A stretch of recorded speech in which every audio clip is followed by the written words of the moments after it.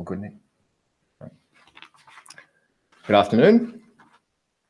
My name is Julian Milthorpe, and I am the Secretary of the Australian Young Generation in Nuclear. I'd like to welcome you all to this webinar today on behalf of AusYGN.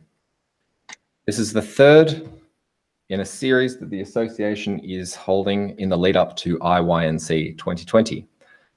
We have had the good fortune to hear twice before from experts from around the world. The first lecture being generously delivered by Dr. Mark Ho from the Australian Nuclear Association, and the second from Mr. Pablo Luna from Nucleoelectrica Argentina. Before we start today's webinar, I'd like to mention briefly the upcoming International Youth Nuclear Congress that AusYGN is co-hosting with the IYNC in Sydney on March 8th to 13th, 2020, under the theme Diversity in Nuclear. The IYNC 2020 aims to promote and encourage diversity of people. Diversity comes in many forms, including gender, culture, educational background, professional experience, and geographical location. IYNC 2020 will also showcase the diversity in the peaceful uses and applications of nuclear science and technology. This conference will facilitate interaction between participants, particularly in the sharing of knowledge and ideas between professionals of different personal and professional backgrounds and different generations of nuclear experts. The IYNC and AusYGN are committed to ensuring that youth are engaged and supported within the nuclear industry and are able to capitalize on the numerous professional opportunities for career development, networking, and mentorship. The theme of diversity in nuclear reflects our commitment to promoting gender equity and addressing diversity issues within the nuclear industry. Now, on to our lecture. Our speaker today, Mr. Arun Khuttan, hails all the way from the UK, where he currently works as a site rehabilitation officer with Magnox Limited. However, I believe he will be mainly speaking to us today from his experience on secondment to Moltex Energy, where he spent 8 months as a nuclear grad. I'd like everybody to give a warm hand to Arun and thank him for taking some time out of his morning to tell us all about his experience as a young engineer in the UK nuclear industry.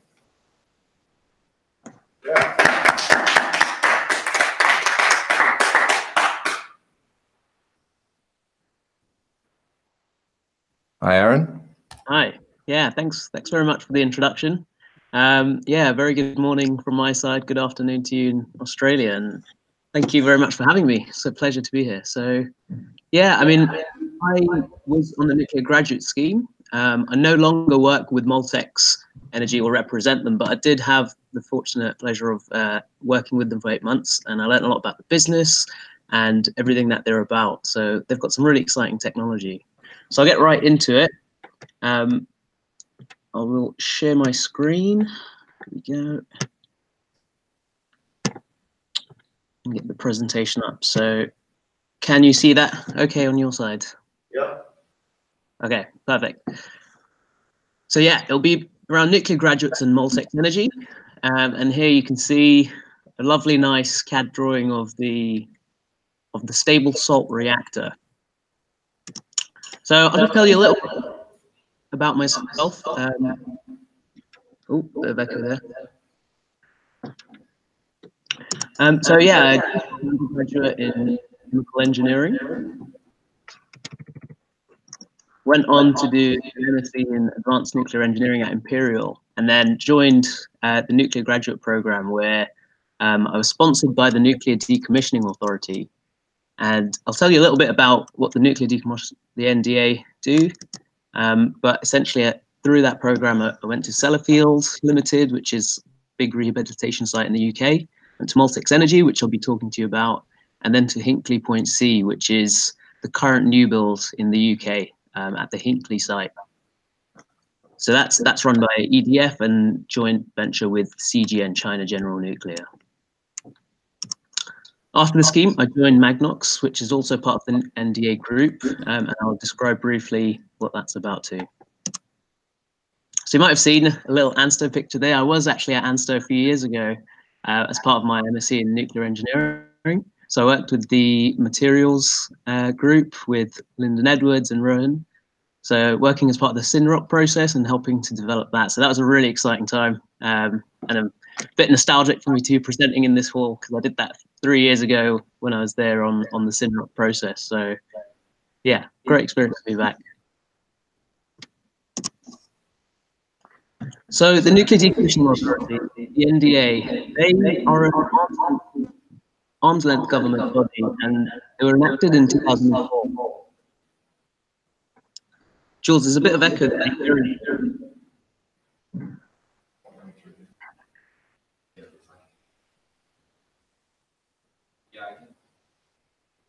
Yeah. Yeah, I can hear that. Okay. So yeah, I'll continue.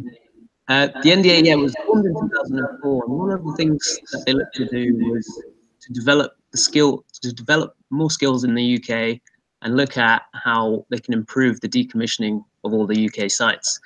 So they've got a huge spend, just over £3 billion a year.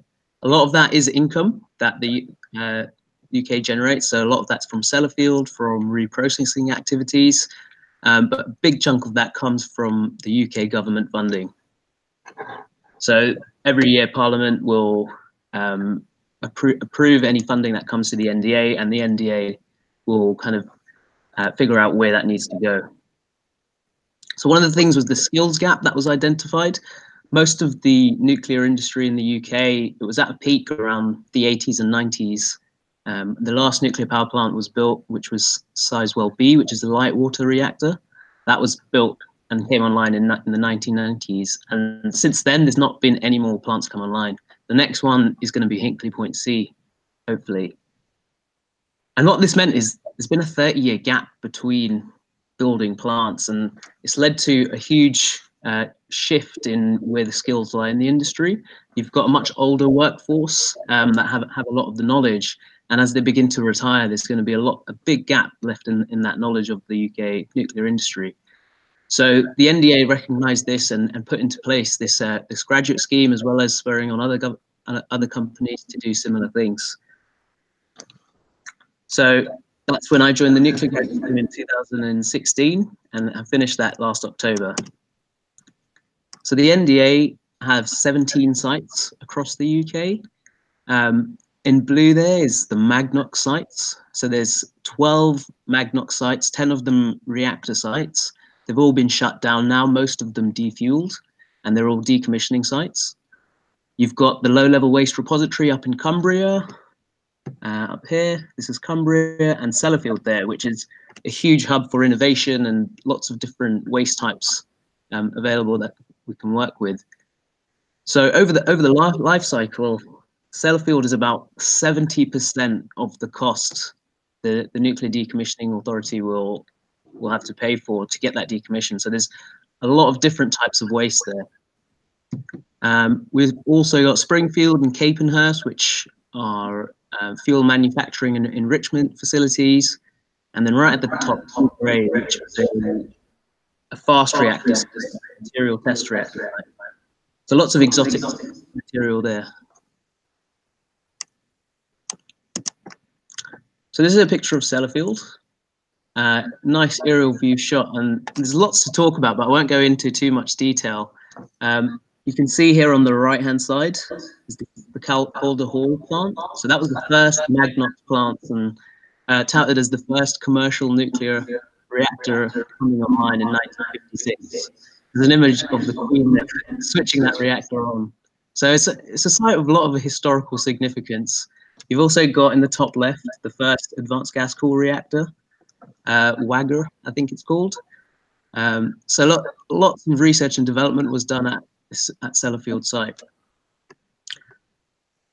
You've also got in the middle here Thorpe, so the thermal oxide reprocessing plant. And this is where a lot of the income came from. I believe it's shut down now. There's no more reprocessing as the UK strategy has changed. But you can also see on the bottom right, the cooling towers for Calder Hall were demolished in the early 2000s. So the site's gone from leading technical innovation and new build into one of the most challenging decommissioning sites in the UK, well, in Europe actually. The Thorpe plant itself was used to reprocess material to produce plutonium and uranium. And this meant that we've got a lot of separated material.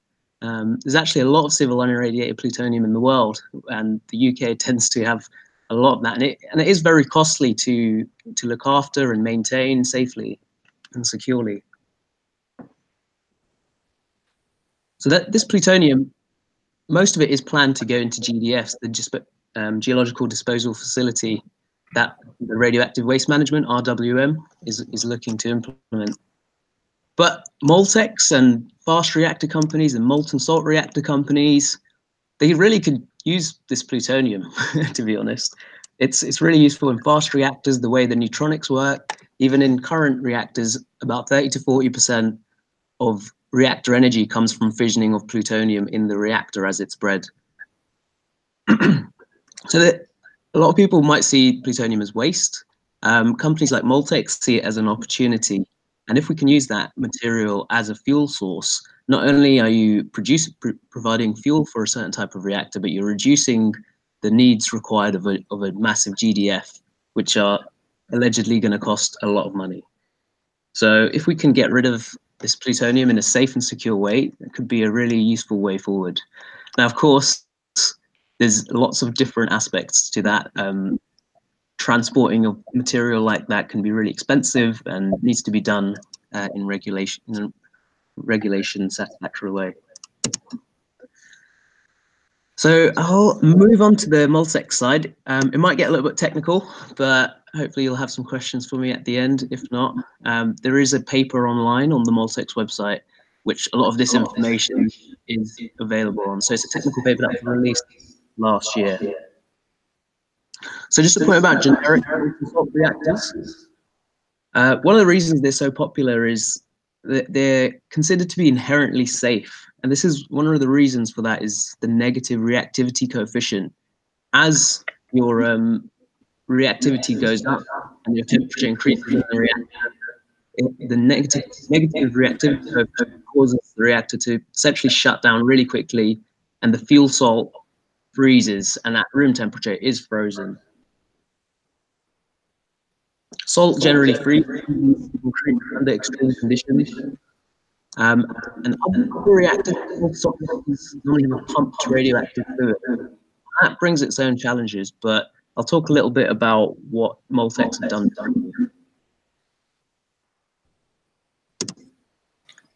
So it's correlation causation. This is a per capita cheese consumption correlated quite well with the number of people who die by becoming tangled in their bed sheets.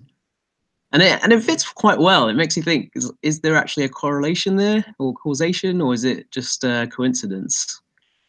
So I'll talk through a few different graphs, and hopefully we can come to some conclusions about why nuclear has gotten very expensive to build. So this graph's from the Jessica Lovering paper that was released a few years ago. And I'll point out a few bits. There is a lot of information on here. So you've got cumulative global capacity in gigawatts on the x-axis and the overnight construction cost in equivalent US dollars. So in orange, I'll point out first, you've got a general, quite a hefty decrease in price. And this is for solar photovoltaics in Germany. As more solar was installed, there was a huge decrease in the construction cost of those solar panels. And that's similar in yellow as well for the US. So you could determine that in building more solar panels and getting more solar facilities decreases the price. Seems reasonable. Then we can let's look at nuclear in Korea in purple here. You can see massive decrease in cost as they built from hundreds to a few more hundreds of gigawatts. But that was based on only a few numbers. If we look at the US in blue, they've had a lot of plants built, a bit of a W shape. You can see up until about the 32 gigawatt reactor mark, there was a decrease, massive decrease in costs from about $7,000 to $1,000 overnight cost per kilowatt. But then a massive increase, a big spike and an upturn there. And it's similar for France. They've kind of gotten a down and then up. And then for Japan, a general few points of down and then up. So it's very hard to draw a conclusion from that. Let's have a look at date of construction start compared to the overnight cost. And this is indexed to the cost of the first non-demonstration reactor. So that's likely to be the first commercial reactor. So around a ratio of 1 or less is what you'd expect for building more. Now, I'm not sure if you know what happened in the early 1970s that might have caused this huge price increase. And essentially, it was the TMI reactor, the 3 Mile Island reactor accident in the US. And you can have that, see that has like a huge correlation on, a huge effect on what happened with the prices of nuclear reactor construction in the US. Now, I've used nuclear reactor construction as an indicator mainly because it is the biggest cost in the overall running of a plant. I think it's about 70% of the life cycle costs of a nuclear reactor. So it's a good indicator into what our electricity prices would be. For other countries, Japan, you can see general increase on that indexed overnight construction cost over time. Maybe that could be related to the 3 Mile Island, but in general, it probably is likely to higher safety restrictions and requirements that the industry faced after those accidents.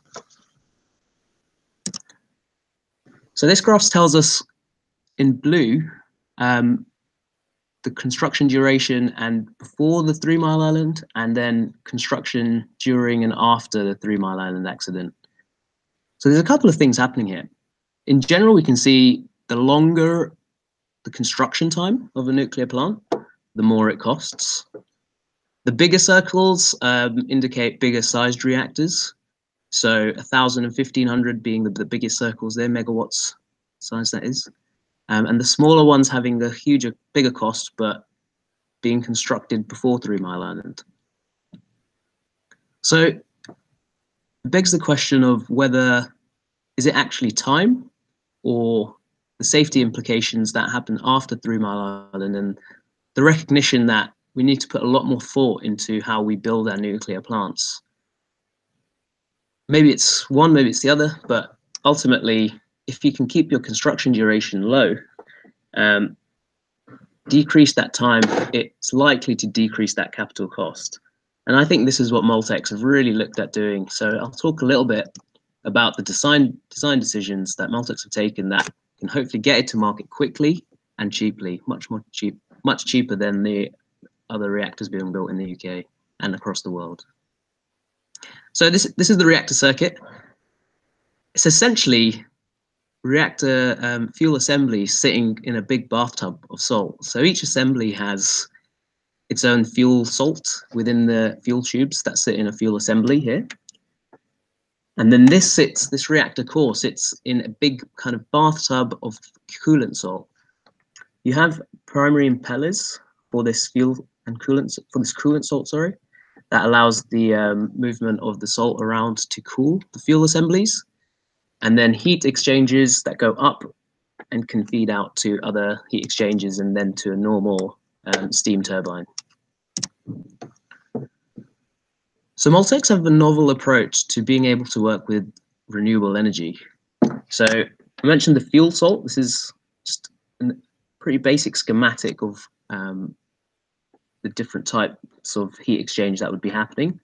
You'd have your primary heat exchanger, a secondary coolant that would also be made of salt, and then we'd have the tertiary salt tanks. And this salt would be slightly different. This is nitrate salt.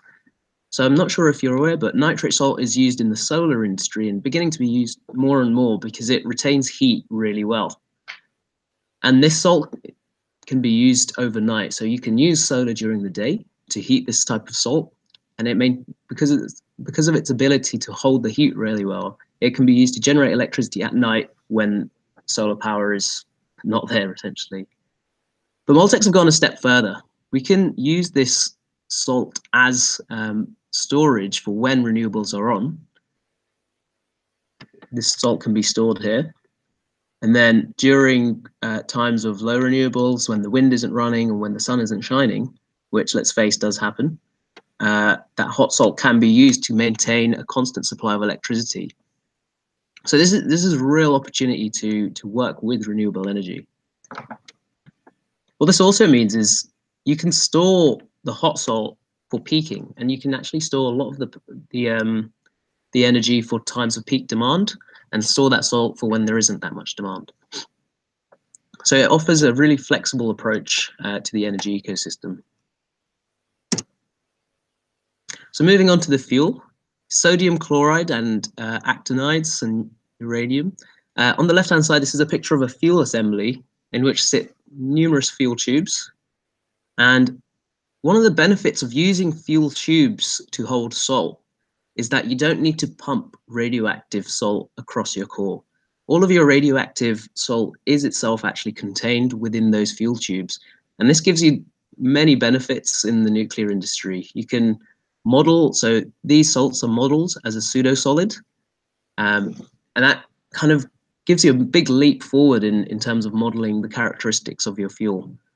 Pumped fuel systems need completely new codes. They have different physics. There's a lot of different factors to consider, but modeling this as a pseudo-solid allows you to use old codes, old and validated codes for fast reactors. The fuel salt itself is mostly made up of table salt, believe it or not. So sodium chloride is about 60% of it. Then you have your uranium chlorides, plutonium chlorides, and trace amounts of actinides, as well as some lanthanides. So the uranium and plutonium proportions are slightly higher than conventional reactor fuels, but this means you can actually use reactor wastes. So one of the propositions is to use CANDU spent fuel put into a process, a pyroprocessing process developed and patented by Moltex, and this provides your fuel. It's actually quite an energy efficient system, and isn't as torturous as using enrichment facilities that are done today. As well as this, you get to use spent fuel from CANDU reactors. It can be developed for other types of reactors too. And you're kind of getting two birds with one stone. You're reducing your amount of waste coming from other reactors, as well as providing the fuel for this type of reactor. So to note, this is for the stable salt reactor, the waste burning version. There are also a few other versions that you can read about online, but the first of a kind reactors is due to be a waste burning version. So I mentioned around the fuel assemblies, you have your coolant salt. So this coolant salt has a really catchy name, FRISNAC, stable salt reactor, or FZRNAC. So it's mainly a fluoride salt, whereas the fuel salt was a chloride salt. So this gives you the benefit of being able to utilize some of the best features of both salts in one reactor system. And I've just compared a few of these with other conventional nuclear coolants. So sodium is a big one used in sodium fast reactors. So that was the type used at Dounreay reactor facility. Water for all the light water and heavy water reactors across the world.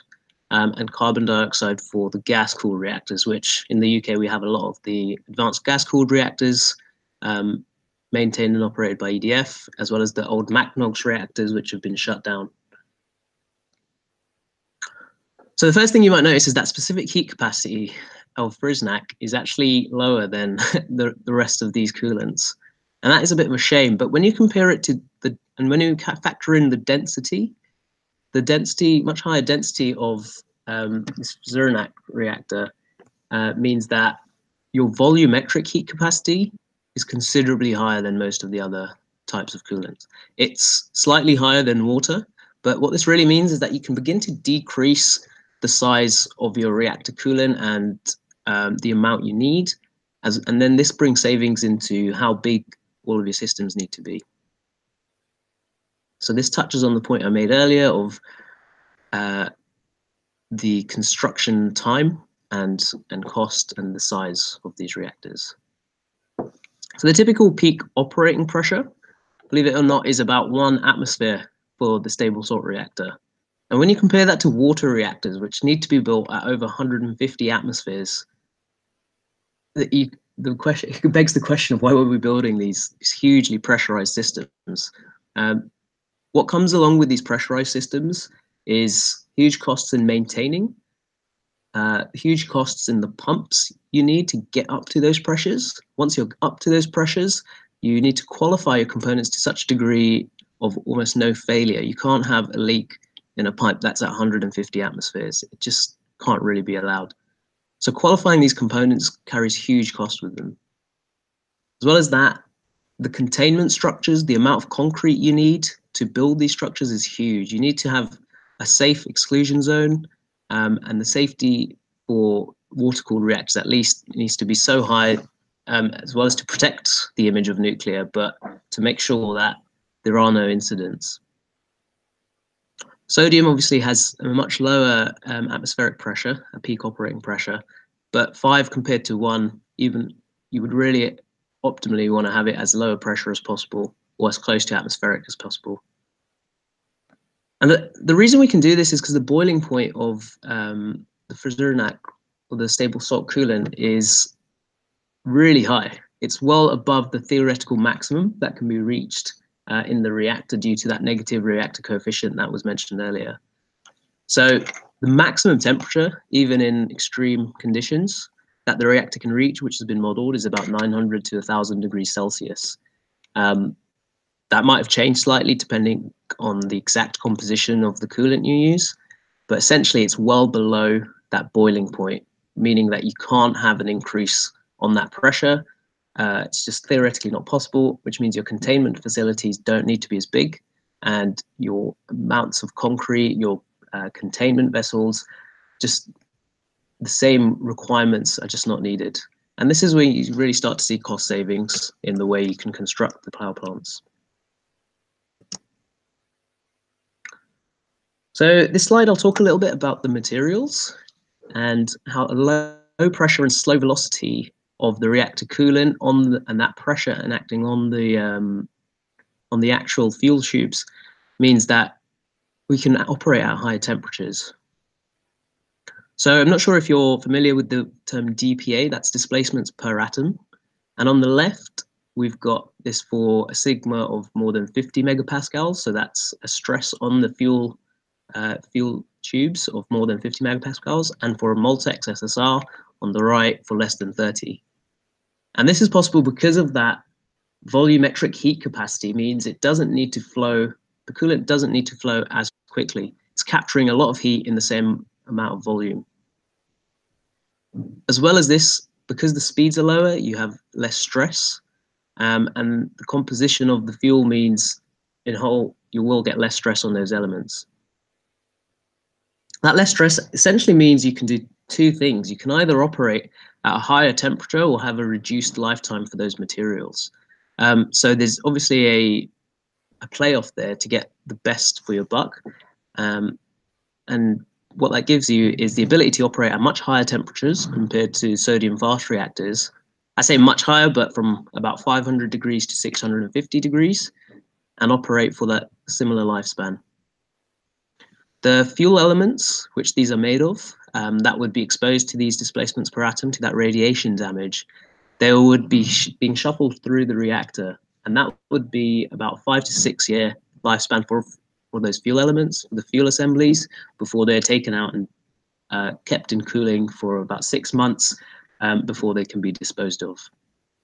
The higher temperatures give you a lot of benefit. Operating at these high temperatures mean you get obviously a high thermodynamic efficiency, which is always craved in any energy or electricity production facility. But as well as that, you do get other things. So you can begin to use this for industrial processes. There are those applications there. And on top of that, you can actually store the heat longer. So using it with renewables, as mentioned before, you can store the heat quite nicely for a couple of days, and then use it to generate electricity when the requirement is there. So the materials that have been selected, from what I remember, is a material called HT9. It was between this and another material, and this is selected mainly because it's actually been used in the nuclear industry. It's been used at Hanford site in the US quite a lot, and that being used already in the nuclear industry gives you huge benefits in the sense that you don't need to qualify and requalify these these new materials. Some materials that have been held for molten salt reactors, they might be great in the labs, but until you have all the data that comes with them from years of experience, it's really hard to qualify that to a regulatory regime. There is some fancy chemistry also patented within the Moltex reactors, which means corrosion is really minimized. And this is done through having a reducing agent within the reactor coolant. And this prevents corrosion. I don't know too much about that, and I don't want to say the wrong thing, so you can read a lot about that on the Moltex website. There's some great technical papers on there. So liquid shielding. As you know, water is quite a good shield for lots of types of radiation, and even at Sellafield, some of the ponds are really well shielded that the dose, even at the top of the ponds, is much reduced compared to what's sitting at the bottom. So similarly here, you get a liquid shield effect for the coolant. And there's different elements here that were modeled for use in the coolant. And the one in purple is the one I want to really point you to. And you can see at about 100 centimeters away from the core, you get this massive magnitude of order reduction in radiation. So that's about 4 to 5 orders of magnitude reduction in radiation of a thermal flux of neutrons. When you compare this to let's say the red or black line, it's a very similar mix of what makes up the coolant. But the key difference there is the inclusion of hafnium. So it's been shown that hafnium has a really good shielding effect for the reactor. And zirconium, so most of the coolant salt is made of zirconium. It's a zirconium fluoride salt.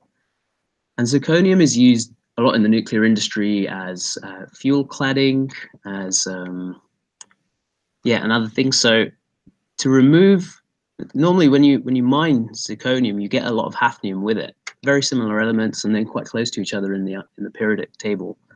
But what this means is you need to normally remove the hafnium if you're going to fuel manufacture zirconium tubes, and removing that hafnium can be quite painful.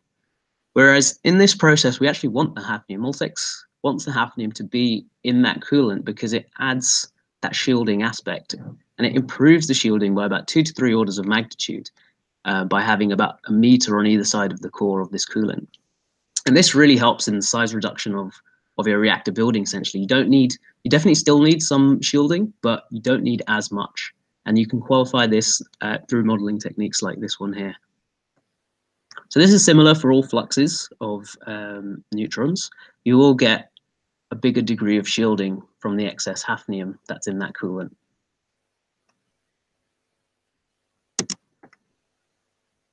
So I'll talk a little bit about the linear reactor design. So this is a stable salt reactor waste burning module. And the idea is that this can be built in a manufacturing facility, in a warehouse, and just manufactured in bulk. And these can be placed into tanks of your choosing. The current size that's been selected is a 300 megawatt waste burning, or 1,000 megawatt, would be technically about 1,050 megawatt. And that would be a number of modules in a line. And you can manufacture these as per the requirements of any country or any company that wants to build a stable salt reactor. So when you look at the economics, we mentioned that building a bigger reactor is obviously more expensive, but a lot of the costs come from the capital costs of construction in nuclear. So excavations play a big part in that. Axisymmetric reactors like the AP1000, the Hinkley EPR, a lot of the types of reactors have been optimized for a neutronic approach. And this is to save every last neutron as possible and make sure that the reactions can be run and changed and controlled appropriately. And you can still do that in a stable salt reactor, but the approach is slightly different. It's been modeled on the approach of getting built cheaply and safely, but you still have the neutronic, you still have enough of a good neutronic approach that allows you to control the reactor system. But this means you don't need as big an excavation due to the geometry of the reactor. And this is where, again, you begin to see other savings. The fuel loading system for the stable salt reactor is based on the CANDU reactors. So it's very similar to online refueling. the fuel elements shuffle along. So I'll show you in this image. They countercurrently shuffle along, and you can place them in at one end while they move across, and they can be taken out at the other side at the end of life. So that shuffling means that it's always online. There's very little downtime for the reactor compared to refueling times of light water reactors. And then you can also, I think in Canada, they have some of the longest continuous running plants in the world because they don't need to shut down the reactor to refuel. And this has actually been shown to be quite a good approach. So this is what Moltex are trying to do here. So the first of a kind is due to be a stable salt reactor waste burning version. Could also have the gigawatt version.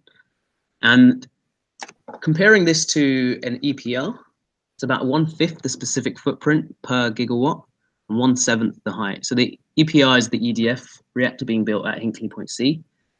It's definitely still needed because of the huge energy gap that's going to be here in the UK. We do need more nuclear, but this is a more novel approach to getting that nuclear power. So you can see a much smaller footprint of the reactor. So does size really matter? So that's the stable salt reactor building for a gigawatt on the left-hand side compared to an AP1000. And that's, yeah, you can really see where you might begin to see a lot of savings. Your containment building just doesn't need to be as big as it is for light water reactors. The core itself is considerably smaller. There's much less pressure in the building. And then if we compare it to the NuScale module for a 50 megawatt, albeit that image of the NuScale includes the pumps and the primary heat exchangers, which are a little bit included in that, but the tank is included for that Moltex module. But you can, even compared to leading modular reactors, SMRs, Moltex has a brilliant idea, I think, here to actually develop. So is correlation causation? So this image shows math doctorates awarded and how it correlates with uranium stored at US nuclear plants. And maybe there is some sort of correlation there. If we really dug into it, maybe there is something that correlates between math doctorates and uranium stored at US nuclear plants.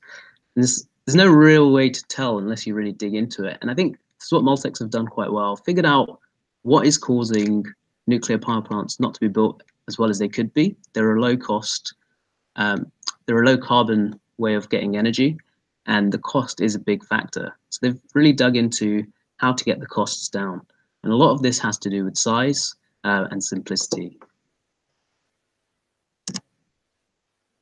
So just to wrap up, focus on Moltex is containing the fuel in conventional fuel pins rather than having a pumped radioactive salt. Minimizing complexity through thermohydraulic design decisions. So for example, the coolant salt, the properties of that. This in turn affects the reactor size. You have a smaller reactor, and using existing certified materials, this gives a bit of a jump on the regulatory side and showing that these materials have already been used in harsh radioactive environments. And then finally, modular and simplified design and construction process. So it's a really exciting company. A lot is going on, and a lot has been happening even since I've left. So since last year, Moltex signed an agreement with the first deployment of its waste burning version in New Brunswick in Canada. It completed its UK Advanced Modular Reactor program, so it's currently in a bid within the UK environment to gain some funding. And even as recently as a few weeks ago, secured multi-million-dollar funding from leading global consulting firm IDOM. So a lot is happening. There's a lot of Chinese interest as well. And from my point of view, it's a bit of a shame that we can't get this built in the UK and there's not more of a UK push from government.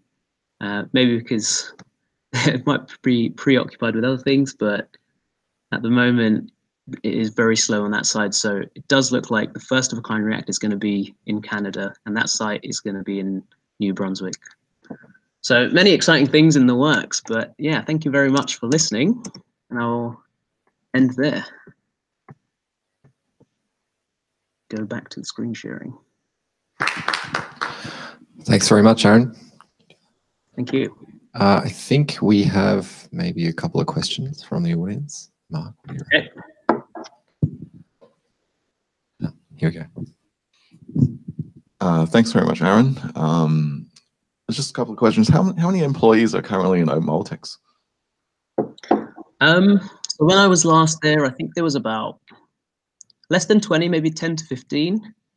But on top of that, there are a lot of contracts given out to certain contractors. A study was done for Moltex by Atkins, which is a big consultancy firm. I think they might have some offices in Australia as well, actually.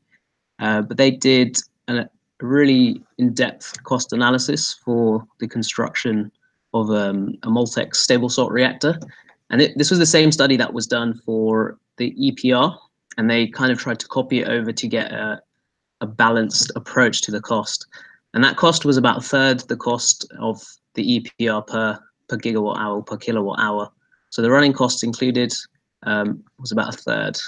And this is a lot of other similar types of studies have been done that Moltex have contracted out for in the past. So yeah, it is quite a small team, but they are building quite rapidly now that they're in Canada. They've got an office in Canada and getting a lot of support from different ventures. That's cool, yeah.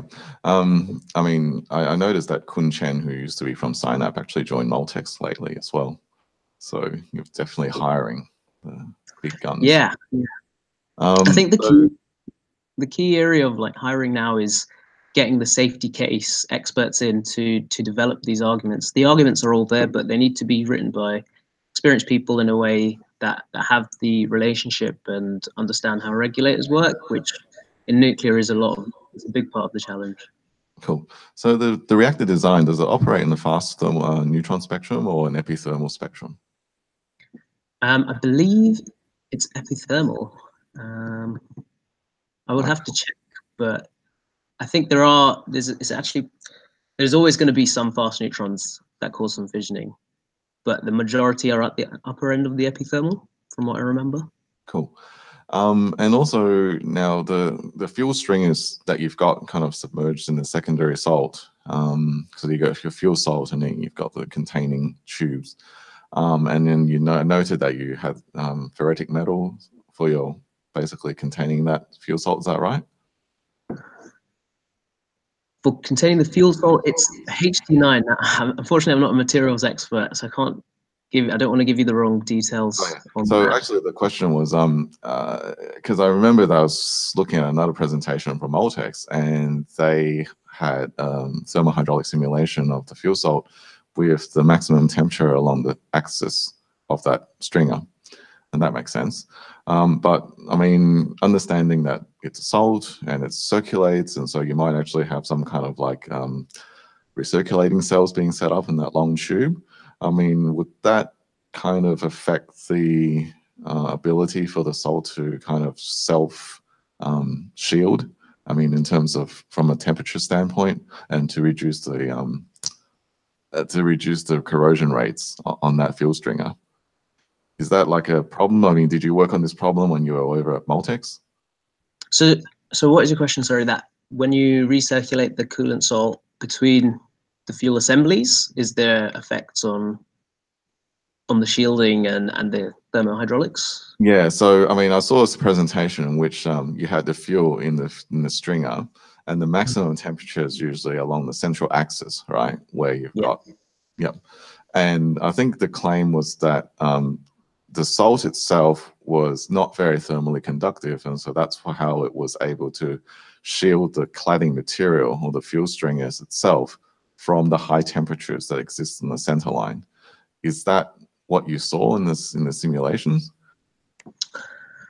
Oh, good question. I didn't get much exposure to the simulations myself, but there's a large gradient in temperature from that center line to the outside of the fuel assemblies.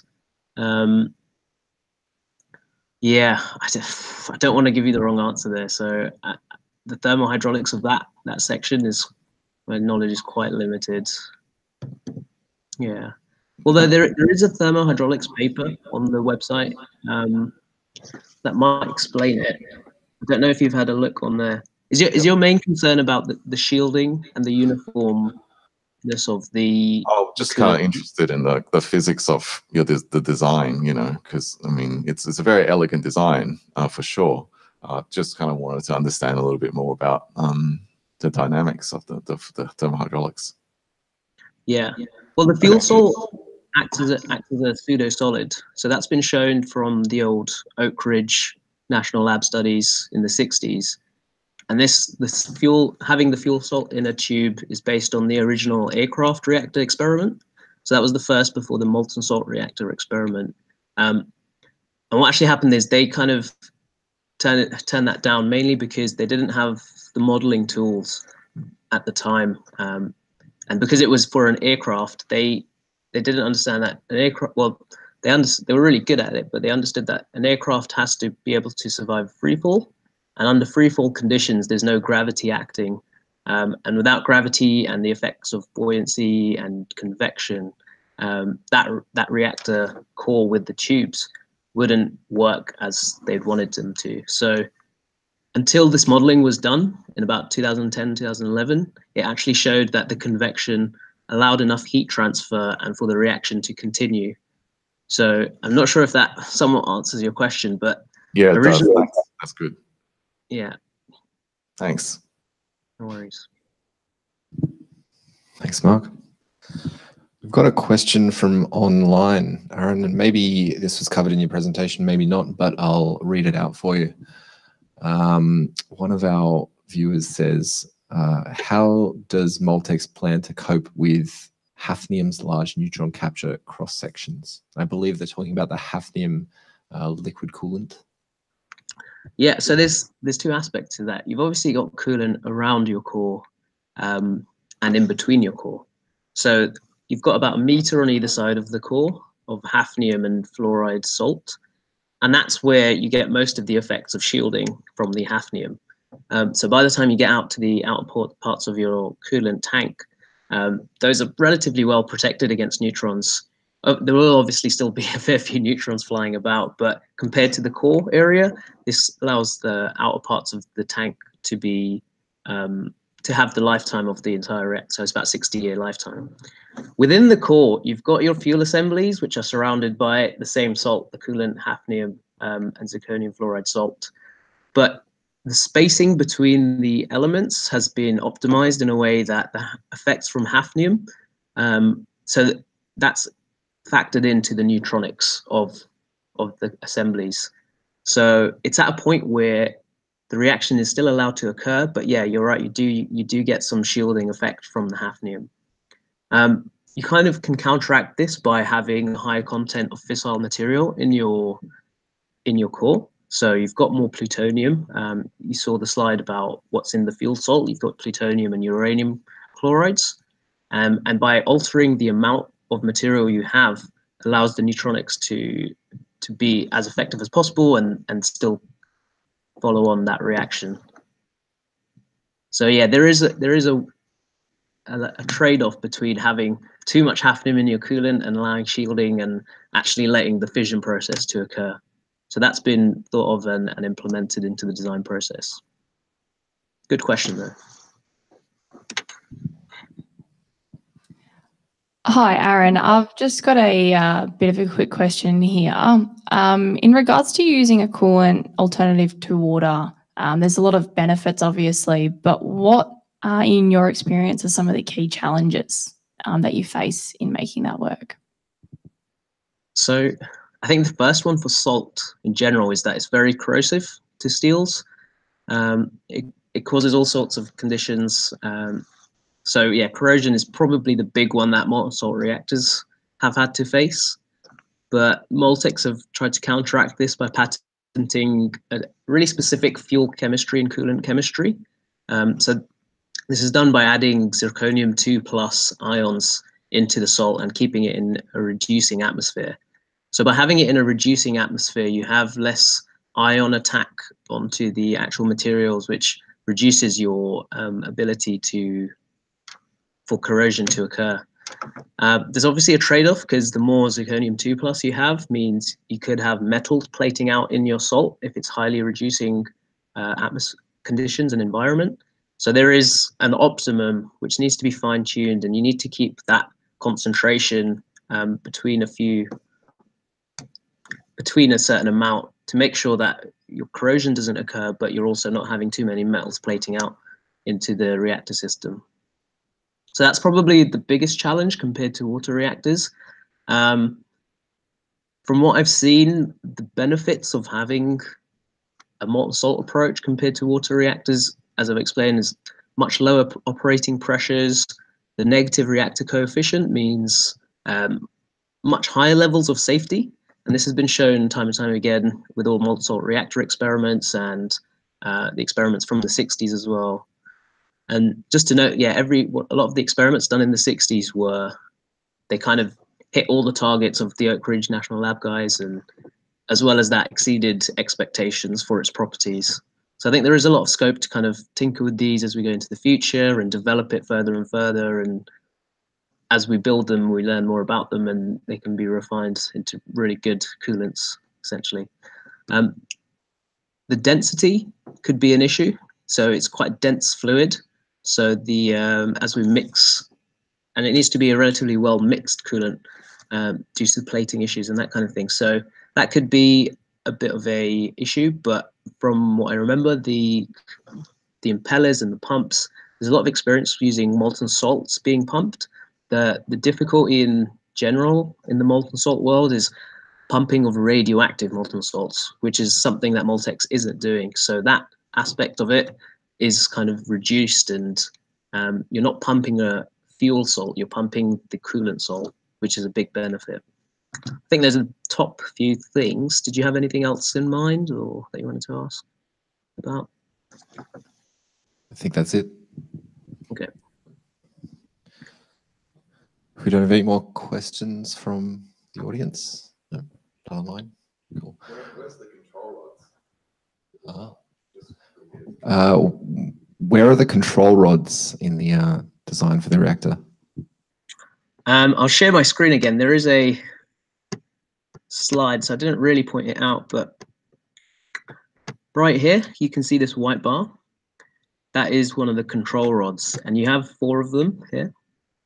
So they can swing in and out on a pivot, and they, essentially have been designed in place in locations with the reactor that offer the most benefit and the most effectiveness for those control rods. So yeah, those have been thought of and can be moved appropriately. For the bigger reactor designs, yeah, you might want more control rods as you modularize it, but yeah, so that has been thought of, thankfully.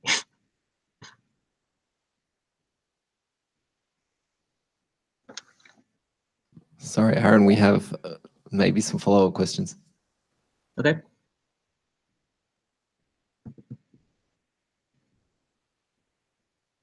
Maybe a double whammy. Do you feel molten salt reactors are the way forward in terms of Gen 4 reactors? And follow on, well, maybe a separate question. Has Moltex had any effect from Brexit on their plans for the future? Not complicated at all. I wish I knew the answer to that one. So yeah, first part of the question on molten salts, the future of Generation 4 reactors. It's really difficult to say. So I know there's a lot of high temperature gas reactors being produced, especially in China. There are a lot of different studies going on with Generation 4 reactors. I think molten salts have always been a focus. There was a lot of research done in the 60s that looked great, and we got access to those papers in the early 2000s and into 2010. And it showed all this amazing stuff. So there's been a lot of hype around molten salt reactors. The reason why, so Dr. Ian Scott, who's the Chief Technology Officer of Moltex, he originally studied nuclear engineering, nuclear science at Cambridge University, and then went a different way in his career, but realized that nuclear wasn't panning out as he thought it would and be the dominant energy source in the world. So he went back and did a really in-depth study of what would be the quickest way to market a cheap and affordable and safe nuclear reactor. And he found that, yeah, molten salt reactors have enough data behind them, would, if built correctly and had the correct support, would really get to market the quickest. A lot of high temperature gas reactors, I think they have some materials challenges. They still have the safety aspects and pressure sides that need to be considered. And I think, in my opinion, molten salts do eliminate a lot of those challenges. They still have a lot of their own challenges, like gaining enough support to get built and gaining the appropriate funding. But yeah, in my opinion, I think they are the way forward. Second part of the question, Brexit. It is unfortunate because I think it's not necessarily a funding thing or whatever you might normally think, but with Brexit, it kind of takes the resources away from, in my opinion, where they should be focusing on these issues, like where's our next energy supply going to come from, and what do we fund appropriately, and ultimately government do need to do their research. The NDA is an arm's length government body. They are focused around decommissioning, but they have had their toes dipped in these kind of future proposals, mainly around, okay, what do we do with all this plutonium? Can we, for example, put it in a fast reactor? So they do look at these kinds of approaches, and they are that arm's length body that are there to potentially look at these things.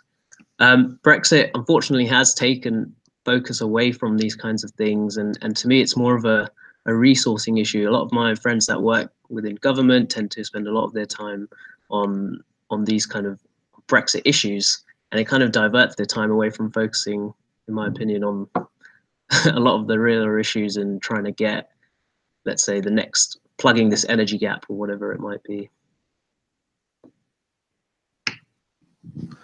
All right. I think that's it for the questions. So I'd like to thank Arun for a fantastic talk. Thanks, Arun. Thank you very much for having me. Yeah, it was really fantastic. Now, just before we head off, I'd like to just reiterate that we're in the lead up to IYNC 2020, the International Nuclear Congress in Sydney in March. So I'd like to encourage everyone to jump online, iync2020.org, and take a look at the conference, see if you want to submit a paper or a workshop or something, get involved. It'll be fantastic. Other than that, thanks very much for coming along today, and see you next time. Thanks.